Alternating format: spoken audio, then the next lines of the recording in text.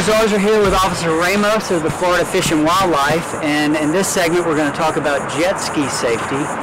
Officer Ramos, I have to say this, I live out at the beach, and when I'm coming back and forth to work, I look over to the right, and I'm leaving the beach, and I see that area where all those jet skis are. There's a couple, 3 rental places over there to the right. Yes. It looks like a malfunction is just waiting to happen. I mean, I know that you guys probably makes your stomach get sick when you see it, but it makes me physically ill to watch because I'm so concerned that something horrible is going to happen. But the cases that I've worked on that are some of the most tragic are the ones involving jet skis. And many times it's rental jet skis, and because it's people that don't have any clue what these things do and what they don't do. The off-throttle steering was an issue for a long time. I want to talk in this segment, from your perspective, what do you see happening with jet skis, and what can the public know about them to make them safer? Sure. We talked a little bit earlier just about the dynamics of the water environment as opposed to a road condition. You have all these vessels coming in 4 or 5 different directions at you, and jet skis is amplified considerably because they're fast, they're small, they don't take up a lot of surface space on the water, and people, when they get on them, they want to hot dog and have fun with them, and that's not a bad thing necessarily. The problem comes in when we have operator inattentiveness, folks who are not experienced, and if they've only taken a 15-minute exam in order to certify that they can operate a jet ski from one of these rental agencies, we call these liveries. Right. That all compounds the possibility of a bad accident.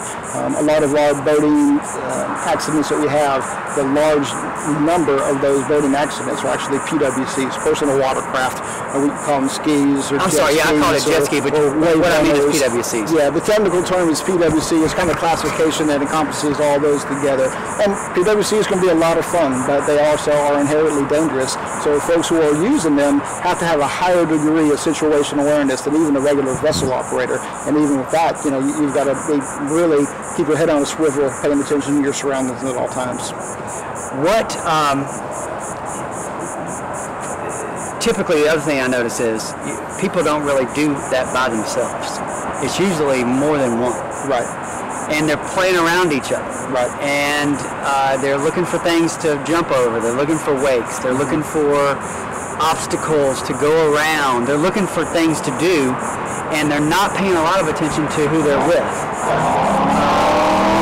It's not really practical to have a lookout on the back of your PWC, right? Right. So what is the best thing to tell somebody that's maybe interested in, they want to let their kids go and rent jet skis, or they want their kids to enjoy a friend's jet skis? What do you tell them? What does the parent tell the kid about how to safely operate it? Here's what you need to do. What do you say to them? Absolutely. Well, there's a lot of safety things. It's like most things in life. Really, it's being courteous to people around you. It's such a simple thing, but when you get in a mixed environment and you get all excited and you want to race your buddy and you go here and here, and then all of a sudden you start closing the distance and they want to jump each other's wake, which you legally can't do. Tell me that. What does that mean? If you can't cross within a certain, I don't know the number of feet, I want to give you a number on there, but you can't intentionally cross another vessel's wake in close proximity in order to get airborne.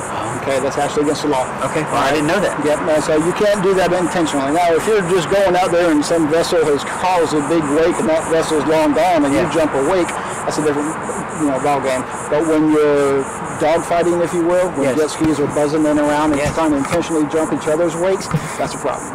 That is something that we're going to get involved in, because those kind of events usually lead to some type of boating accident. No doubt. Yeah. So as a parent or somebody, I would say, hey, give each other plenty of room, plenty of space. Just because the things will run 50 miles an hour don't mean that you have to. Right. And get away from where all the traffic is at. Get a nice patch of water that's calm, and go out there and enjoy yourself. But don't get caught up in the excitement of the moment and lose your senses, and you as the operator not paying attention to everything around you. But it's really hard to do when you're traveling 40, 50 miles an hour, and so is everybody else around you.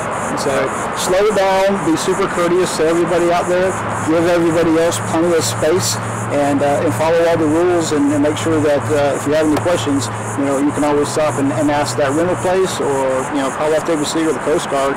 We're happy to address those questions. Great. All right, so we're going to put some links to some PWC specific rules and regulations from y'all's website or from y'all's information. We'll put some of that down below here in this video. Again, we thank Officer Ramos for making time out of his day. He's probably got to go back on the water and enforce the laws here. I'm sure he's got to do that later tonight. We appreciate it very much. Thanks for being here. Appreciate it. Thanks for protecting our community and keeping us safer. Appreciate it. This opportunity to talk to the public. Y'all take care. Find us on the web at zarzarlaw.com. Or you can call us if you have questions about any of these, or you want to get some more information from Officer Ramos or the Fish and Wildlife folks. You can call us at 855-HIRE-JOE. Y'all take care. There you go.